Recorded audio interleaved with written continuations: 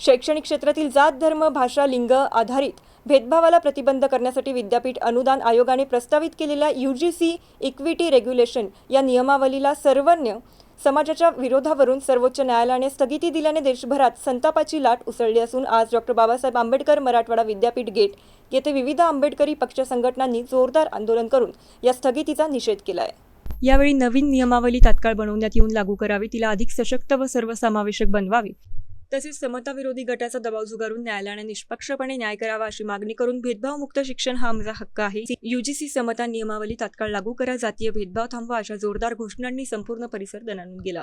यावेळी विविध मान्यवरांनी आपले मनोगत व्यक्त करताना उच्च शिक्षण संस्थांमधील जातीय भेदभाव, संस्थात्मक छळ आणि मानसिक अत्याचार ही गंभीर व वास्तव समस्या असून रोहित वेमुला व डॉ. पायल तडवी यांसारख्या घटना त्यांचे जिवंत पुरावे आहेत।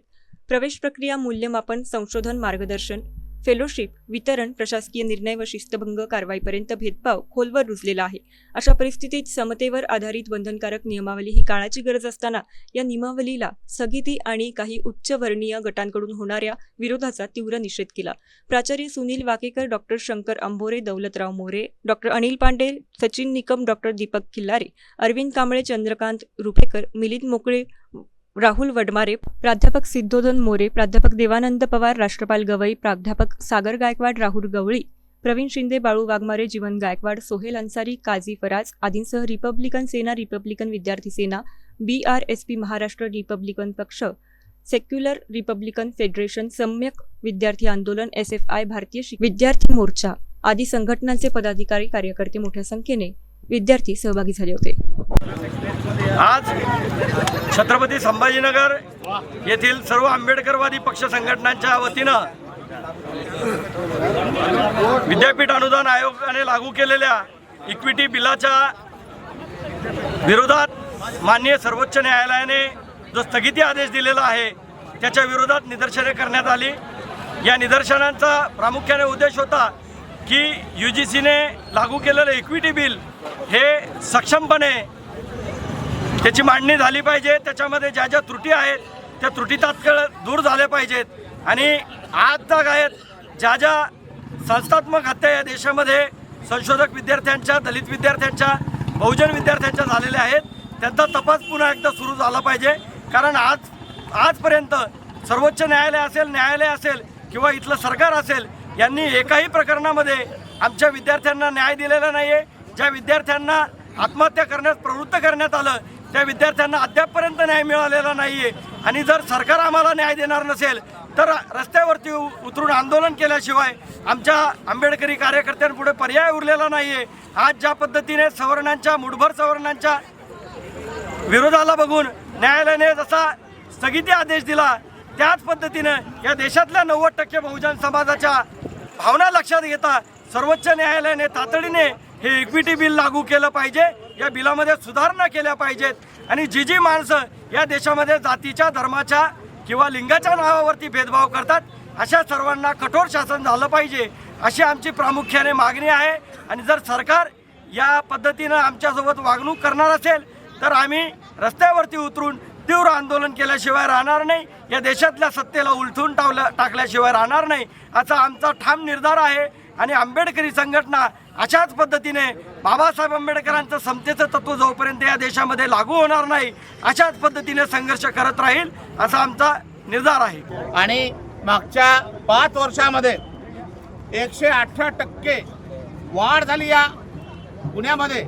म्हणजे शैक्षणिक उच्च दर्जाचं शिक्षण घेताना SC आणि ST त्यात OBC सुद्धा मुलांना जगणं आणि शिकणं अतिशय मुश्किल झालं आणि म्हणूनच सुप्रीम कोर्टाने हा डिसिजन घेतला होता त्या तत्कालीन 2016च्या बेंचने की या विद्यार्थ्यांना न्याय मिळावा म्हणून UGCचं बिल किंवा यांना संरक्षण म्हणून कायदा बनावा हे ठरलेलं असताना आणि त्याच बेंचमध्ये आत्ताचे जे CJ आहे हे होते तरी सुद्धा आज या CJने असा निर्णय घेतला की या निर्णयामध्ये हे बिल वापस घ्या कारण याचा दुरुपयोग होऊ शकतो असं CJचं म्हणणं आहे। इंग्रजांनी सांगितलं होतं की ब्राह्मणामध्ये या ब्राह्मणी व्यवस्थेमध्ये न्याय देण्याची क्षमता नाही, त्यांच्या त्या भावना नाही। आज तेच लक्षात आलं ज्या पद्धतीनं महानगरपालिकेच्या शौचालयामध्ये घाण असते, मला असं वाटतं सुप्रीम कोर्टाच्या जजमध्ये सुद्धा ब्राह्मणी व्यवस्थेचे हीच घाण असली पाहिजे की एक ब्राह्मण जज ब्राह्मणी व्यवस्थेचं समर्थन करतो, म्हणजेच न्याय व्यवस्थेवर जी पट्टी बांधलेली आहे, जी पट्टी असे सांगत होती की सुप्रीम कोर्टाच्या खुर्चीवर बसल्यानंतर त्यांनी कुठल्याही जातीचा भेद केला नाही पाहिजे, मात्र आज आम्हाला असं लक्षात येतं की इथला CGI, इथली न्याय व्यवस्था ही ब्राह्मणांसाठी चाललेली न्याय व्यवस्था आहे आणि म्हणून आम्हाला न्याय मिळू शकत नाही. असं जर असेल तर सुप्रीम कोर्टाचा दर्जा हा सार्वजनिक शौचालय एवढाच झाला असं मला सांगायचं आहे. मात्र सरकारला आणि सुप्रीम कोर्टाला मी इथून संपूर्ण सामाजिक संस्थेचे काम करणारे जे विविध संघटना आहेत आणि त्यांना असं वाटतं की या देशामध्ये जाती व्यवस्था नष्ट होऊन समानता निर्माण झाली पाहिजे. हा विषय खऱ्या अर्थानं इतका गंभीर आहे. या पुरोगामी महाराष्ट्रामध्ये या विषयाला वाचा फोडणारं मला असं वाटतं की सचिन निकम नावाचं एक पॉवर जनरेटर या शहरामध्ये आहे आणि ते पॉवर जनरेटर आपल्या सगळ्या लोकांना एकत्र करून या गंभीर विषयाच्या अनुषंगानं वाचा फोडण्याचं काम आपण या निमित्तानं करत आहोत. मित्रांनो, हा विषय 2012पासून आधी जर आपण गेलो,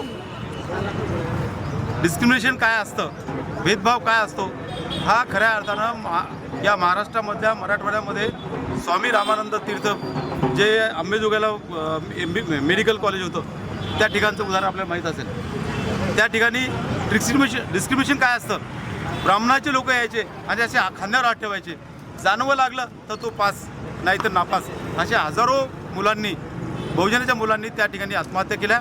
महाराष्ट्र सरकारनं सुद्धा त्यावेळेस कायदा केला. त्याच अनुषंगानं जेव्हा रोहित वेमुल्यासारख्या कॉम्रेड लोकांनी, कार्यकर्त्यांनी डिस्क्रिमिनेशनच्या विरोधामध्ये जेव्हा आपलं बलिदान दिलं, त्यानंतर खऱ्या अर्थानं केंद्र शासनाला या विरोधात कायदा करण्याची गरज पडली. आपण काही दिवसावर वाचलं असेल, डॉक्टर थोरात सरांनी या अनुषंगानं फार चांगलं आश्वासक असं विधान केलेलं आहे, लिखाण केलेलं आहे. थोरात सरांनी अनेक गोष्टी मांडलेल्या आहेत. मला असं वाटतं आपल्यापैकी सगळ्या लोकांनी वाचल्या असतील. 2012ला कायदा आला. 12च्या कायद्यामध्ये UGCनी डिस्क्रिमिनेशन कुठे कुठे होतं असे 28 मुद्दे त्या ठिकाणी दिलेले होते. नवीन कायद्यामध्ये डिस्क्रिमिनेशन होतं, 118% वाढ झाली, परंतु कोणत्या मुद्द्यावर होते हे सांगितलं गेलेलं नाही. 2012च्या कायद्यामध्ये प्रवेशाच्या वेळेस भेदभाव होतो.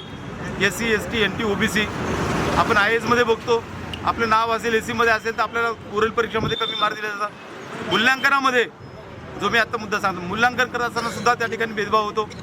हॉस्टेलमध्ये प्रवेश देताना भेदभाव होतो. तुम्हाला लायब्ररीमध्ये गेल्यानंतर भेदभाव होतो.